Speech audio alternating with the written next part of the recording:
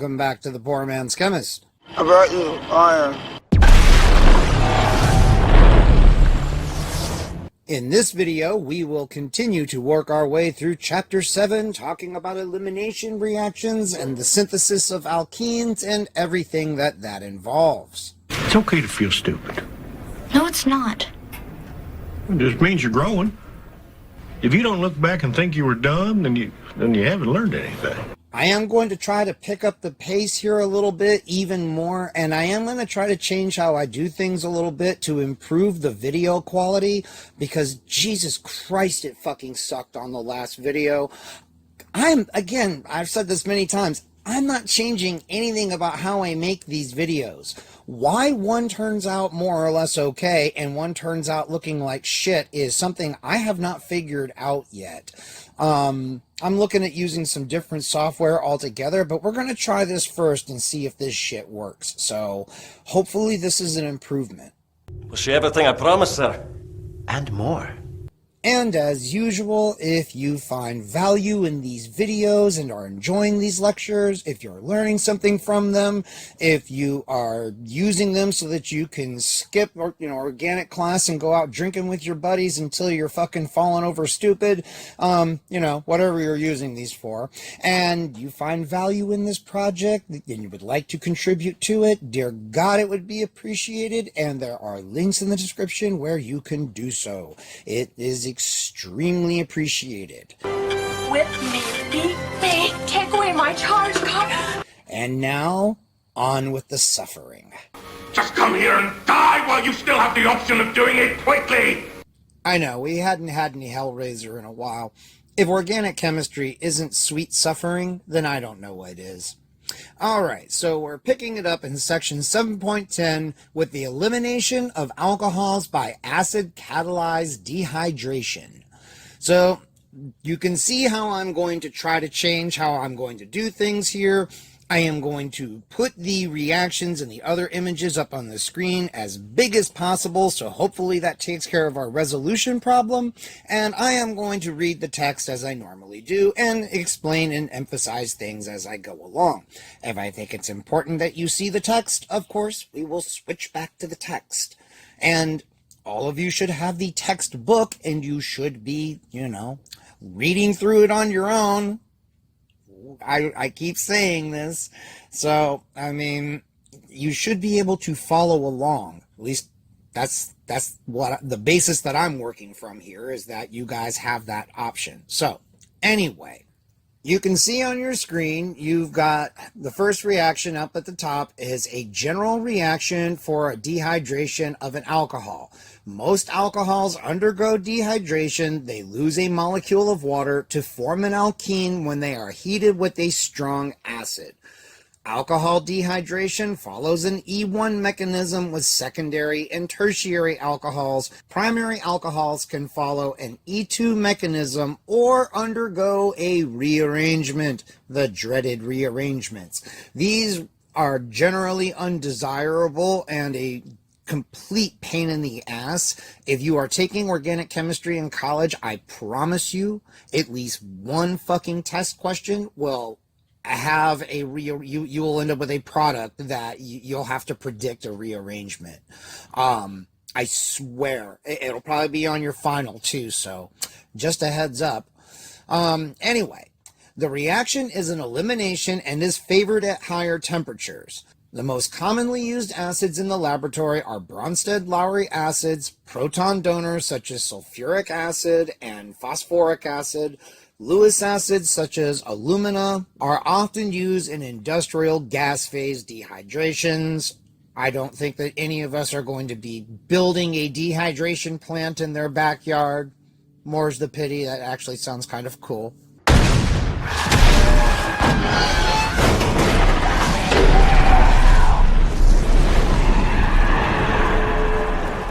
Now, the temperature and concentration of acid required to dehydrate an alcohol depends on the structure of the alcohol substrate. Primary alcohols are the most difficult to dehydrate.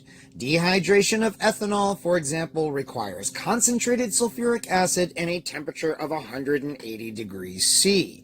And you start with ethanol, you end up with ethene and water. Secondary alcohols usually dehydrate under milder conditions. Cyclohexanol, for example, dehydrates in 85% phosphoric acid at 165 to 170 C. And you end up with cyclohexene, an 80% yield, which is not that bad. So if you wanted to do this reaction, this might actually be an easy way to go about it. Most things are not this simple, though. Tertiary alcohols are usually so easily dehydrated that relatively mild conditions can be used. Terbutanol, for example, dehydrates in 20% aqueous sulfuric acid at a temperature of 85 C to give you 2-methylpropene in 84% yield. Isn't that nice? So the relative ease with which alcohols undergo dehydration is tertiary alcohols do this more readily than secondary alcohols, which do it more readily than primary alcohols. This behavior, as you may have guessed, is related to the relative stabilities of carbocations. Now, some primary and secondary alcohols also undergo rearrangements of their carbon skeletons during dehydration. You can see an example of such a rearrangement with the dehydration of 3,3-dimethyl-2-butanol using 85% phosphoric acid at 80 degrees C. 80% of your product is 2,3-dimethyl-2-butene, 20% is 2,3-dimethyl-1-butene, and as the textbook points out, and you can see, that the actual carbon skeleton of the product has been rearranged. Now, this is a different beast to anything we've seen up until now, and don't worry, we're going to talk about this a lot more in an upcoming section. What you need to know now is that this reaction involves the migration of a methyl group from one carbon to the next, so as to form a more stable carbocation. Alright, so initially, a fairly unstable carbocation is formed, a methyl group migrates, and you end up with a more stable carbocation. That's the basic idea here. Now, the textbook points out that it is also possible to get rearrangements to carbocations of approximately equal energy. This can happen in some substrates. Now, what that means is that even though a rearrangement of the molecule will produce a carbocation that has about the same stability as the carbocation you started out with, in some cases, it will still happen anyway to some extent. Again, don't stress. We're going to talk about this in detail later on. What we're going to get into first is a mechanism for the dehydration of secondary and tertiary alcohols by an E1 reaction. So an explanation for all the observations we've looked at thus far can be based on a stepwise mechanism originally proposed by this guy, Frank Clifford Whitmore, who went by the nickname Rocky. This is actually a really cool guy. He did a lot of work with organomercury compounds, so absolutely a chemist after my own heart, man. Rocky, we salute you. Anyway, he did a lot of research on these rearrangement reactions, and he's the guy that proposed a carbocation being formed, being the driving force behind all of this. So he's the guy that did all of the research that brought you what you're about to learn. The mechanism is an E1 reaction in which the substrate is a protonated alcohol, all right? And we're going to look at the dehydration of terbutanol. In the first step, you have an acid-base reaction where a proton is rapidly transferred from the acid to one of the unshared electron pairs on the alcohol. In dilute sulfuric acid, the acid species is a hydronium ion, H3O+. In concentrated sulfuric acid, the initial proton donor is sulfuric acid itself. This step is characteristic of all reactions of an alcohol with a strong acid. Okay, so anytime you react an alcohol with a strong acid, this is basically what step 1 is.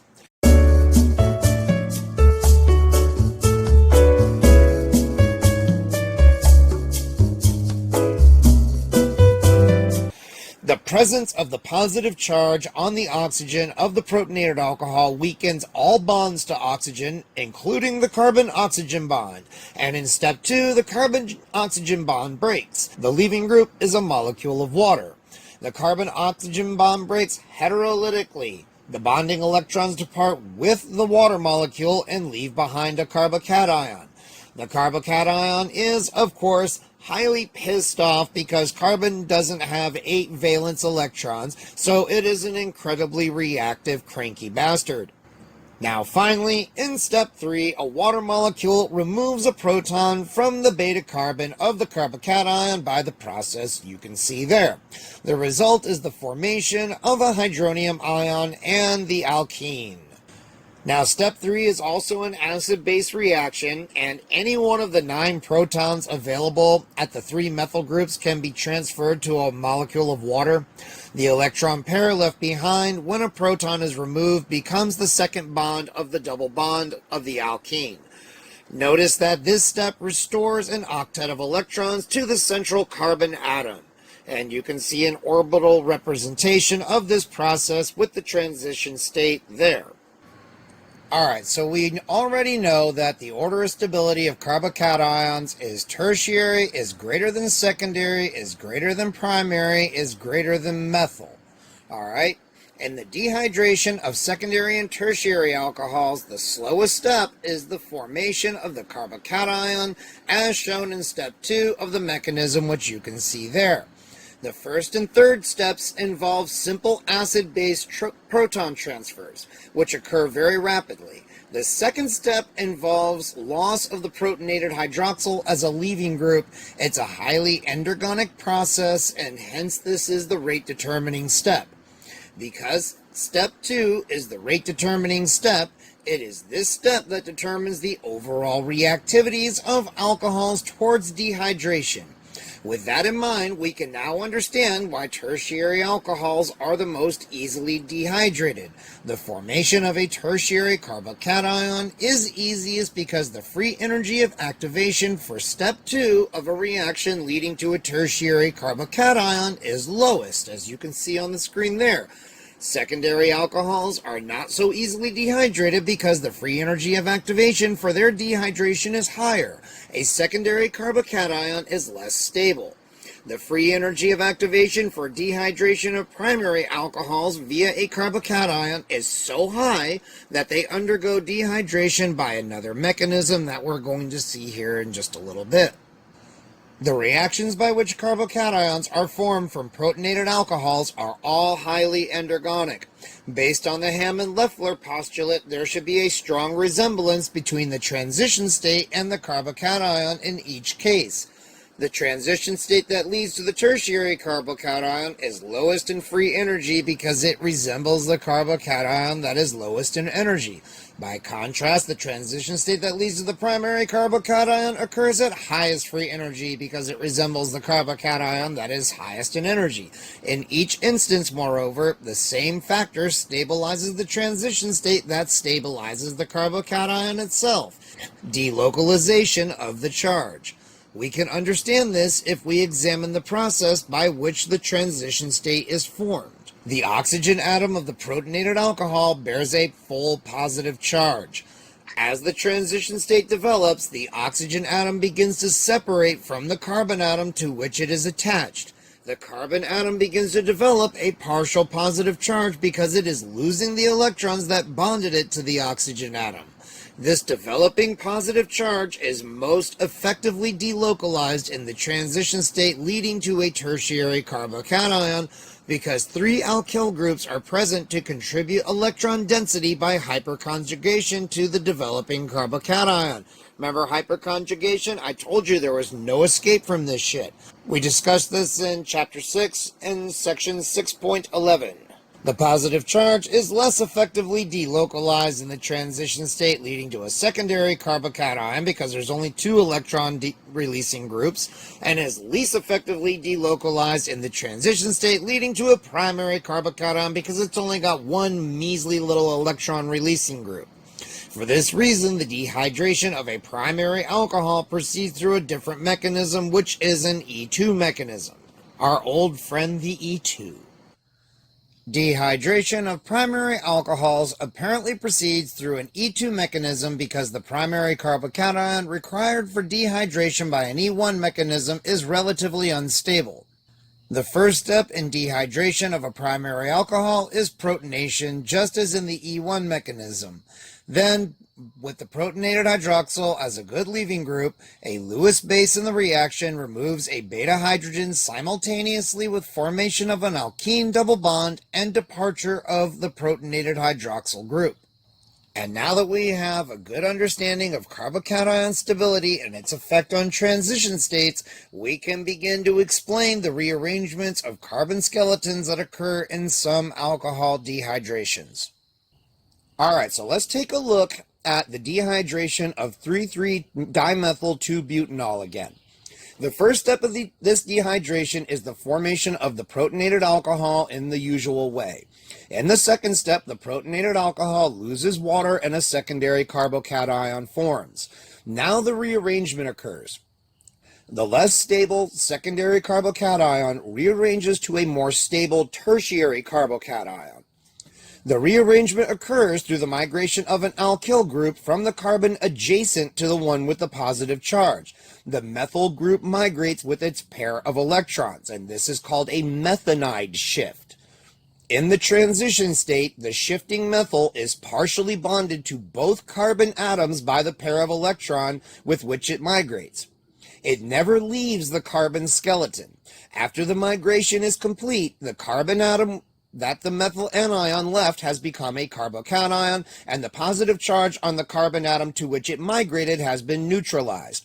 Because a group migrates from one carbon to an adjacent one, this kind of rearrangement is also called a 1-2 shift. The final step of the reaction is the removal of a proton from the new carbocation by a Lewis base in the reaction mixture and the formation of an alkene. This step, however, can occur in two ways, and you can see them on the screen. The more favored product is dictated by the stability of the alkene being formed. The conditions for the reaction, heat and acid, allow equilibrium to be achieved between the two forms of the alkene, and the more stable alkene is the major product because it has lower potential energy.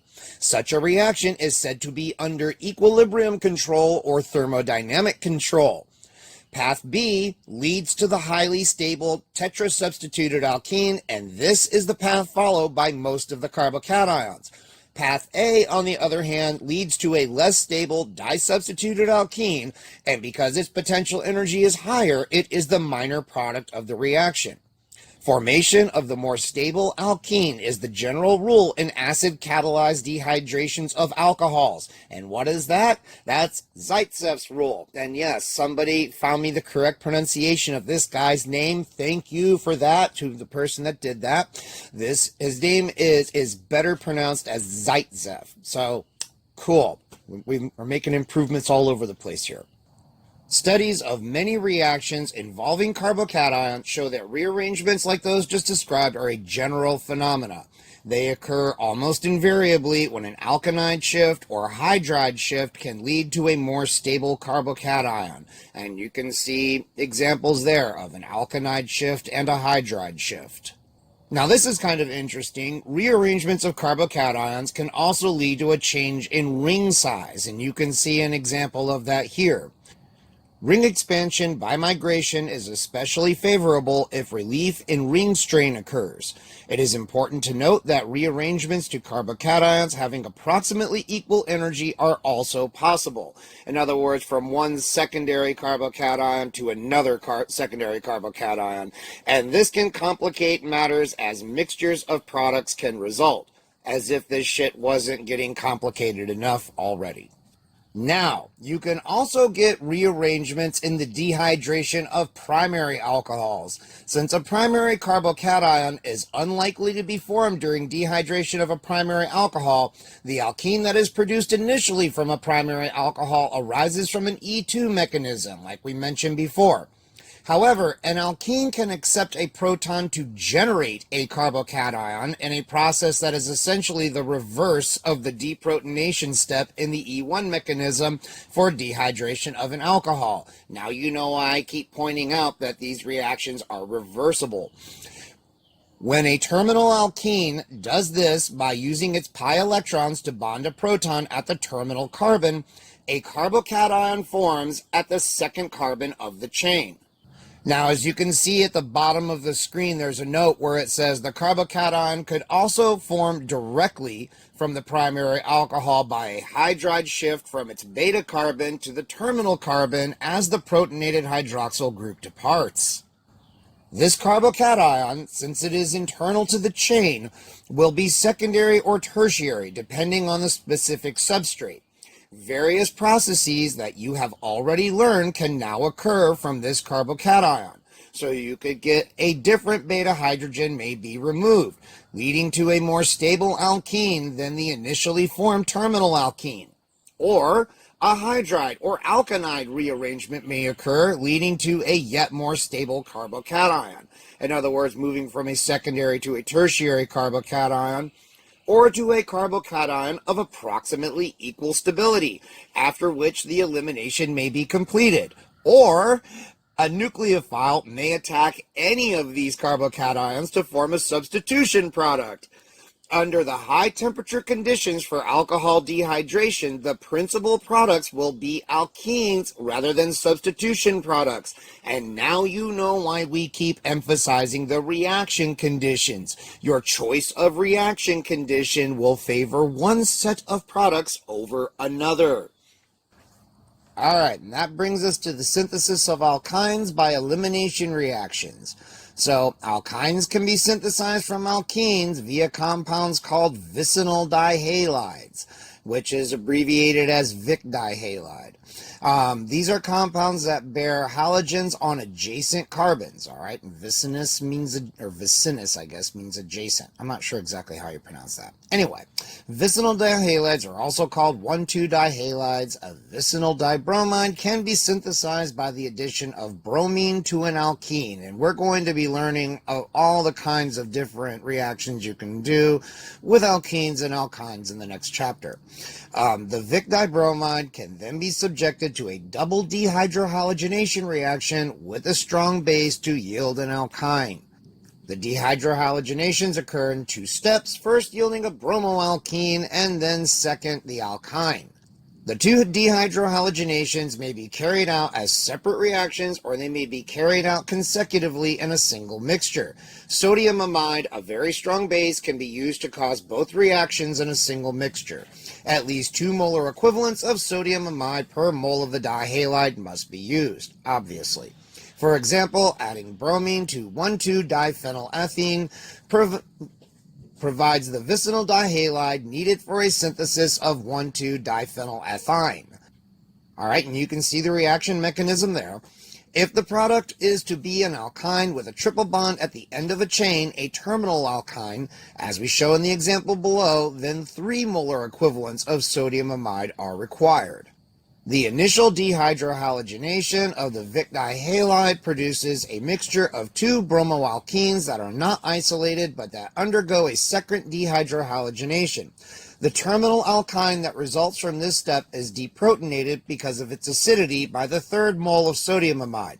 To complete the process, addition of ammonium chloride converts the sodium alkynide into the desired product, 1-butyne. Now, geminal dihalides can also be converted to alkynes by dehydrohalogenation. A geminal dihalide, abbreviated Chem dihalide, has 2 halogen atoms bonded to the same carbon, okay? And geminal is from Geminus, meaning twins, and if that sounds like Gemini, that is not a coincidence. Ketones can be converted to Chem dichlorides by reaction with phosphorus pentachloride. And the Chem dichlorides can be used to synthesize alkynes. Hey, I have some phosphorus pentachloride. That sounds like a neat trick. We should try that sometime.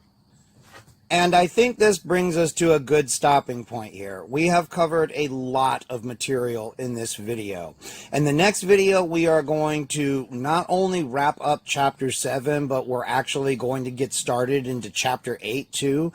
Chapter 8 is nothing but reactions of alkenes and alkynes. So in this chapter, you are learning how to make alkenes and alkynes, and in the next chapter, you are going to learn how to do stuff with alkenes and alkynes. And this is going to set up everything that we're going to be doing for all the functional group conversions later on down the road. A lot of you will be happy to know that chapter 7 ends with a section on organic synthesis. So, I mean, you're really into the guts of synthesis now, man. I hope y'all are starting to see what it is. Make sure you pay a special attention to the fucking reaction conditions, because they will determine whether your reaction goes one way versus another. So if you like this video, give it a thumbs up, and if you didn't like it, well, I told you this is what it was going to be like. I told you it was complicated. Subscribe, comment, share the video, donate a few bucks if you can. God knows I could really use it right now. And until the next one, y'all, I will see you later.